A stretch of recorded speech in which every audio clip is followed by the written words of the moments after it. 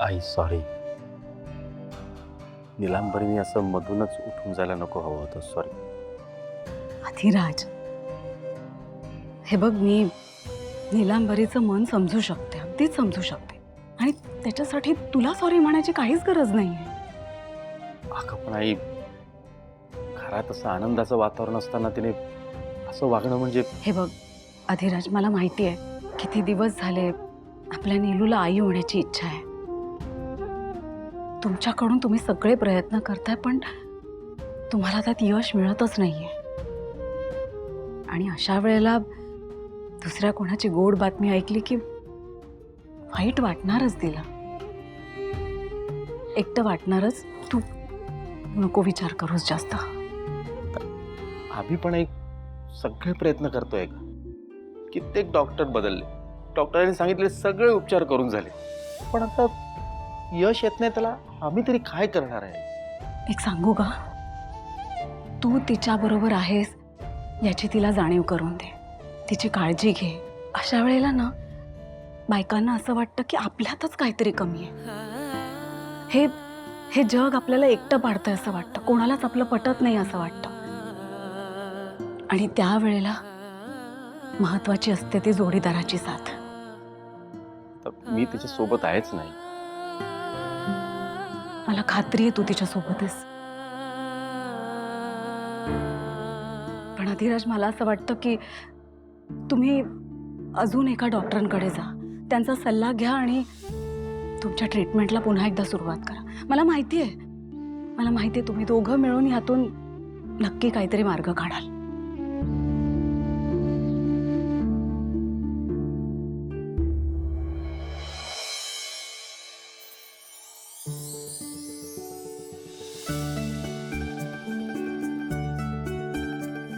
तुम्ही दोघी इथे काय करताय? अगं हळूहळू, सावकाश. आता इथून पुढे तुला सगळ्या हालचाली एकदम सावकाश करायच्या आहेत. काय? अगदी बरोबर आहे. आता की नाही भरपूर आराम करायचा आणि भरपूर लाडही करून घ्यायचे. असं का म्हणताय तुम्ही? रेणुकाताई, पाहताय ना काय ग लब्बाड. अगं आम्हाला गोड बातमी कळलीये, तुझ्या नवऱ्यानेच सांगितली. सिंचू, जेव्हापासून आम्हाला ही बातमी कळली आहे ना, इतका आनंद झालाय म्हणून सांगू. तुला माहितीये तुझ्या आवडीचे सगळे पदार्थ सुद्धा करायला सांगितलेत मी. हरीश, सिंचना, तुम्हाला सांगते, तुम्हा दोघांच्या या गोड बातमीने दोन्ही घरातलं वातावरणच बदललं. रेणुकाताई, हा, मला काय वाटतं माहितीये का, हा, 2 मुलांची आणि 2 मुलींची नावं आपण दोघी आधी ठरवूनच ठेवूया. अहो, मुलं आहेत ना, खूप कठीण नावं ठेवतात. उच्चारायला पण जमणार नाही आपल्याला. नावं कशी गोड, सात्विक, सोजवळ असायला हवी. अरे वा, असं कसं? हे बघा, बाळाचं नाव आमची भावनाच ठेवणार. असं काय करताय? आत्या आहे ना ती बाळाची, तो मान तिचाच. काय? हेही खरंच आहे म्हणा. बरं हरीश, मला सांग, आपल्या घरात भीमसेनी कापूर आहे का? नाही, रोज संध्याकाळी आता कापूर जाळायला हवा ना. घरातली हवा कशी स्वच्छ असायला हवी. अहो, आपल्या गावात केवढं प्रदूषण वाढलंय. हो ना हो. आणि भाज्या आणि फळं सुद्धा पहिल्यासारखेच सकस राहिलेच नाहीत ना. आणि आता कसं, म्हणजे सिंचूच्या पोटात सगळं छान सात्विक आहार जायला हवा. अगदी बरोबर बोललात तुम्ही. सिंचना, हरीश, ठरलं. आता यापुढे फक्त घरातलंच खायचं, बाहेरचं काहीही नाही. तुला जे खायचंय ना मला सांग, मी घरात सगळं बनवून देईन. आणि हे बघ सिंचू, इथून पुढचे 9 महिने सगळं पौष्टिक खायचंय, कळलं का? आम्ही जे सांगू तेच करायचं, म्हणजे बाळ कसं छान धष्टपुष्ट होईल, हो की नाही? आणि लक्ष्मीताई, मी ना सिंचूला 7व्या महिन्याची वाट न बघता आधीच घेऊन जाते, म्हणजे तिचे हवे तेवढे लाड पुरवता येतील आम्हाला. हा, वा वा. नाही म्हणजे तुम्ही तिला इतक्या लवकर घेऊन गेला तर आम्ही आमच्या सुनेचे लाड कधी करायचे? बरं करा, तुम्ही हवेत तेवढे लाड करा आमच्या सिंचूचे. नाही नाही, आपण ठरवू आणि मग तुम्ही घेऊन जा, ठीक आहे ना? बरं, सगळ्यात महत्वाचं, बाळासाठी अंगडी टोपडी मी घरीच शिवणार आहे. मी सुती साड्या घेऊन आले, तुम्ही एकदा जरा बघता का? तुम्ही पसंत करा, कुठलं पहिलं बनवू मला सांगा. आले गा आले.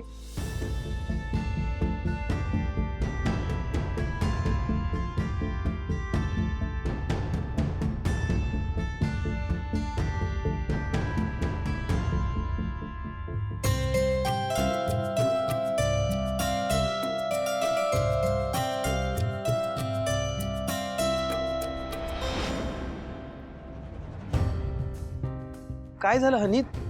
तुला राग आलाय का? तू घरी का सांगितलंस?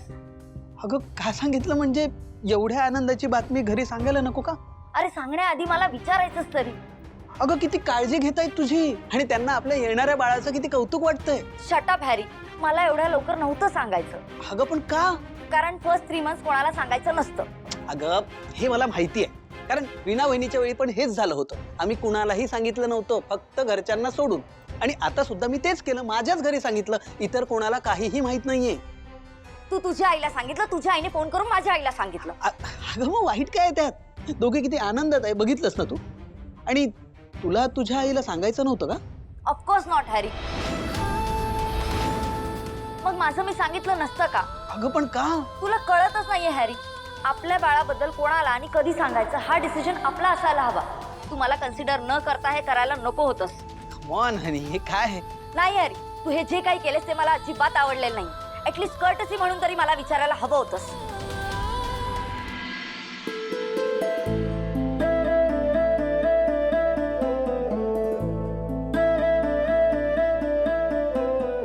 रेणुकाताई, अहो सिंचनाचं बोलणं मनाला लावून घेऊ नका. तिच्या मनात काही नसतं हो.